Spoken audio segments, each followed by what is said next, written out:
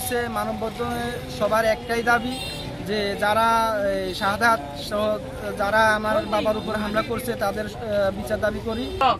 Union পরিষদে যারা মারছে তাদের যেন বিচারের আয়ত্তে আনা হয় এবং শাস্তিমূলক ব্যবস্থা করা হয় এবং বোর্ড অফিসের যে দরজাগুলো ভাঙচুর করছে এগুলো যেন অতি বিলম্বে।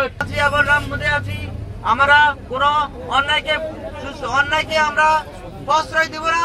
কোন দুঃখে সুখে খালেক চেয়ারম্যানের উপরে যেভাবে অতর্কিত ভাবে হামলা করছে আমরা সেই হামলার প্রতিবাদ ও তীব্র নিন্দা জানাই।